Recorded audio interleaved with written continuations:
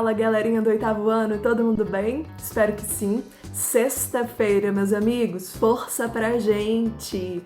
Gostaria de deixar aqui, então, meu recadinho para cada um de vocês, que eu estou morrendo de saudade, não esqueça disso, que acima de qualquer coisa você pode deixar aqui no seu comentáriozinho, embaixo do seu nome, qualquer dúvida que você esteja tendo, tanto na matéria como em algum texto, alguma questão específica, tá bom? Que às vezes você não tem entendido ao decorrer do vídeo, e aí você também tem a oportunidade de ir voltando o vídeo quantas vezes for necessário. Só peço uma coisa, nunca esqueça de sempre, ao finalizar uma aula que você assista, coloque o seu nome, tá bom? Mostrando que você acompanhou o vídeo. Isso eu realmente agradeço imensamente, você está aqui acompanhando a minha aula, então muitíssimo obrigada, tá bom? E a gente vai dando continuidade às nossas aulas, às nossas reflexões, e eu coloquei então essa imagem pra gente abrir a aula de hoje, certo?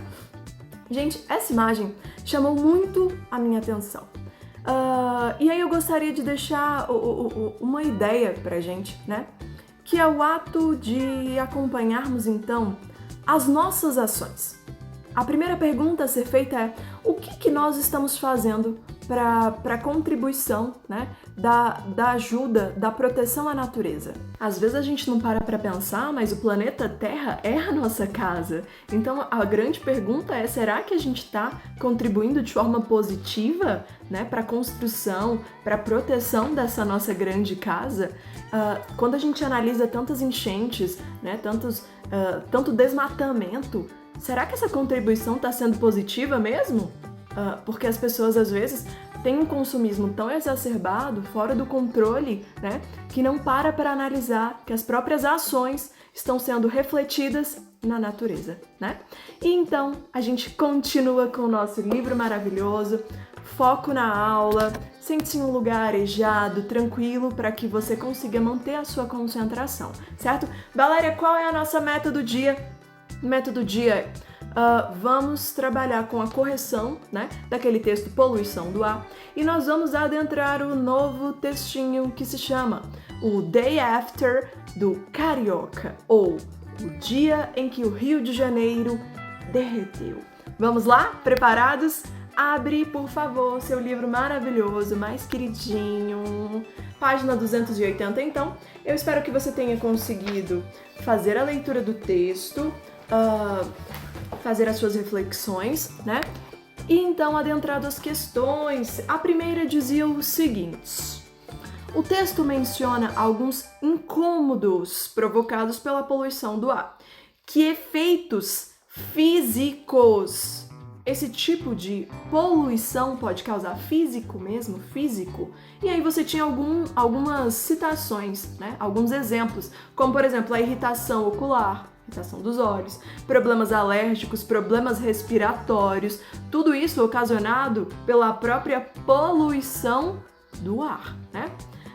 Em sua opinião, de que forma as pessoas agravam a poluição do ar? De que forma elas conseguem agravar isso, na tua opinião? Coloca pra mim aqui nos comentários, tô ansiosa pra ver sua resposta.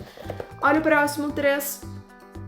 Por que se diz que a poluição atmosférica deve ser tratada como uma questão de saúde pública? Saúde pública, por quê? O principal ponto pra gente pensar aí é que quando a gente trabalha a ideia da saúde pública, é literalmente algo direcionado à saúde da população como um todo. Então, todos os que fazem parte de uma sociedade precisam entender sobre o problema em si, né? Então, quando a gente fala da poluição do ar, a gente está falando da poluição de algo que todo mundo respira, né? Então, assim, isso pode agravar não somente para mim, não somente para você, mas para todo mundo, certo? Olha, 4, cite algumas consequências econômicas e sociais que a poluição atmosférica ela acarreta. Quando a gente tem, então, uma pessoa que ela é exposta a essa poluição do ar, ela pode começar a ter, então, vários problemas de saúde, como problemas respiratórios, por exemplo. E aí, então, tendo um problema agravado, ela falta o trabalho, ela pode ficar internada por muito tempo, fazendo um tratamento específico, né? Então tudo isso acarreta questão financeira, né? E socialmente também para as empresas, porque o funcionário não vai trabalhar, às vezes a própria empresa precisa pagar essa consulta, né? Então a gente está falando sobre a questão de afetar a economia como um todo, né?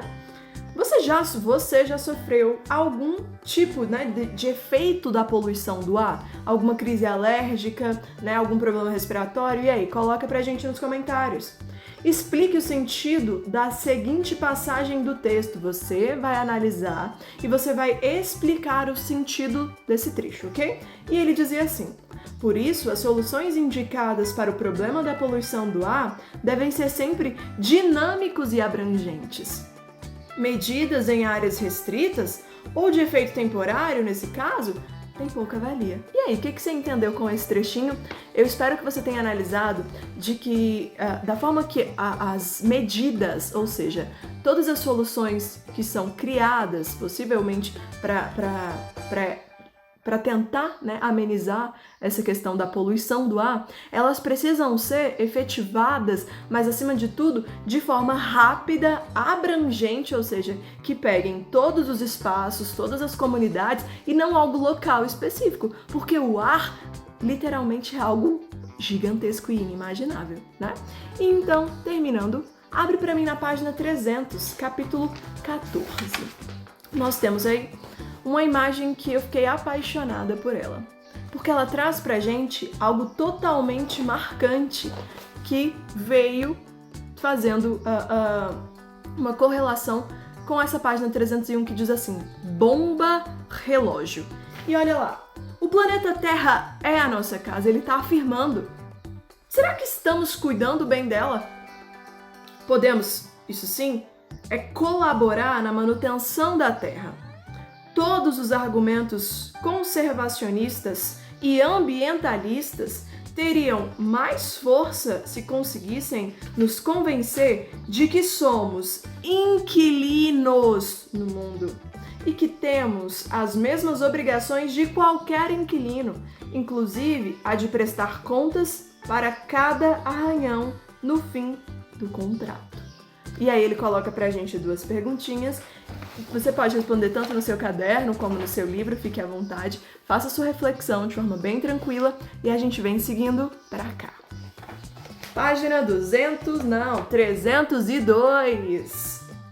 E o texto começa assim. Acompanhe a leitura do seu texto, tá bom? Aparentemente, aquele dia amanheceu igual a todos os outros daquele mês de janeiro. Céu azul, lavado, um sol forte, musculoso, ainda se espreguiçando, uma promessa de calor. Manhã sob medida para os turistas, estudantes em férias e desempregados. O Rio, quando quer, sabe como nenhuma outra cidade se enfeitar para o verão. Dona Odete Araújo abriu a janela de sua casinha em Bangu e girou a cabeça como se tentando percrustar o tempo.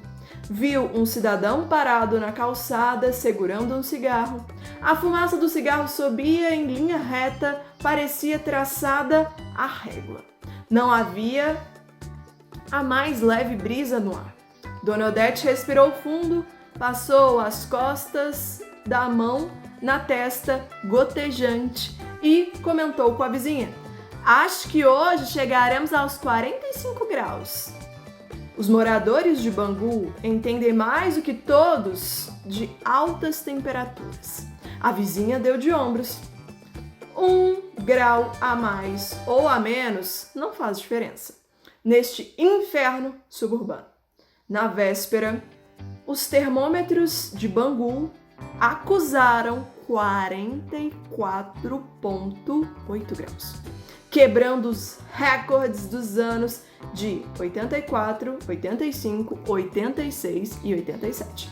Dona Odete comentou num tom cabalístico que aquele era o 13º dia consecutivo que o Rio se debatia com uma febre de 40 graus. E aí então você termina a leitura do seu texto, é um texto super bacana, bem divertido, super trabalha com uma relação de como as pessoas, né, estão sofrendo com as próprias ações. E a própria questão do calor, né, desse derretimento por inteiro, é uma culpa nossa também, né? É um reflexo que está acontecendo para conosco diante das nossas ações.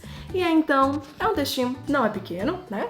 E aí, então, termine a leitura do texto para que você, assim, consiga responder as questões, ok? E a primeira disse assim: a crônica se inicia com a descrição de um típico dia de verão carioca. Para caracterizar a cena, o autor utiliza algumas expressões. Explique o sentido dos termos destacados a seguir. Então você vai analisar, certo? Os termos, as palavras, e você vai colocar pra gente o significado, como você entende, ok? Céu azul lavado. Então o que seria pra você um céu azul lavado? Coloca aí pra gente. Olha o próximo. Sol forte, musculoso, ainda se espreguiçando. Literalmente você vai analisar e colocar como é que seria esse céu e como é que seria esse sol, tá bom? 2. O cronista prossegue na descrição daquele dia, afirmando que se tratava de uma manhã sob medida para turistas, estudantes em férias e desempregados. Por que ele fez referência a esses grupos específicos de pessoas? Por quê? A moradora de um bairro carioca surpreende-se com a forma como sobe a fumaça do cigarro de um cidadão. Observe. A fumaça do cigarro subia em linha reta, parecia traçada à régua. O que essa descrição da mulher pode indicar perante a situação que eles estavam ali vivendo e sofrendo? Retome a seguinte passagem do texto. Dona Odete comentou num tom cabalístico que aquele era o 13º dia consecutivo que o Rio se debatia com uma febre de 40 graus. Por que o autor utilizou a expressão em tom cabalístico? Para quem não sabe o que significa a palavra, pesquisa aí e depois vai responder essa questão. O pânico acabou tomando conta da cidade. Diante do caos, uma estudante lembra-se de Joana d'Arc. E agora eu te falo, volta nas suas aulas, tanto de história, ou se não lembra, pesquisa aí para saber a história dela para responder essa questão. Pesquise e responda. Por que ela faz uma associação a Joana d'Arc? Quem foi essa mulher? De que forma ela morreu? 6. Diante do aumento desenfreado da temperatura, os morros começaram a derreter. O cronista afirma que a imagem do Cristo Redentor, cartão postal da cidade, desapareceu. Veja, a estátua do Cristo tinha desaparecido do alto do Corcovado. Dizem que, quando o morro começou a desmanchar, ele saiu voando de braços abertos. Ele realmente acreditava que, diante daquela situação, isso havia acontecido? O Cristo foi embora voando? Será que isso tinha acontecido mesmo? Será que ele achava isso? Da mesma forma como a onda de calor se iniciou, ela se dissipou, ou seja, foi finalizada. Como foi o dia seguinte para o carioca? Como é que foi o pós, né, de tudo isso? Eles agiram da mesma forma ou nada havia acontecido? Coloca aí pra gente. Ao chegar à praia, o que surpreendeu o cronista? Coloca aí pra gente, porque isso acontece, o ato dele ir à praia e algo o surpreendeu, certo? Então coloca aí pra mim, por favor. Eu vou ficando por aqui. Qualquer dúvida que você tiver, coloca pra mim nos comentários e eu já te respondo. Eu deixo aqui o meu grande beijo pra cada um de vocês. Bom final de semana, até a próxima aula.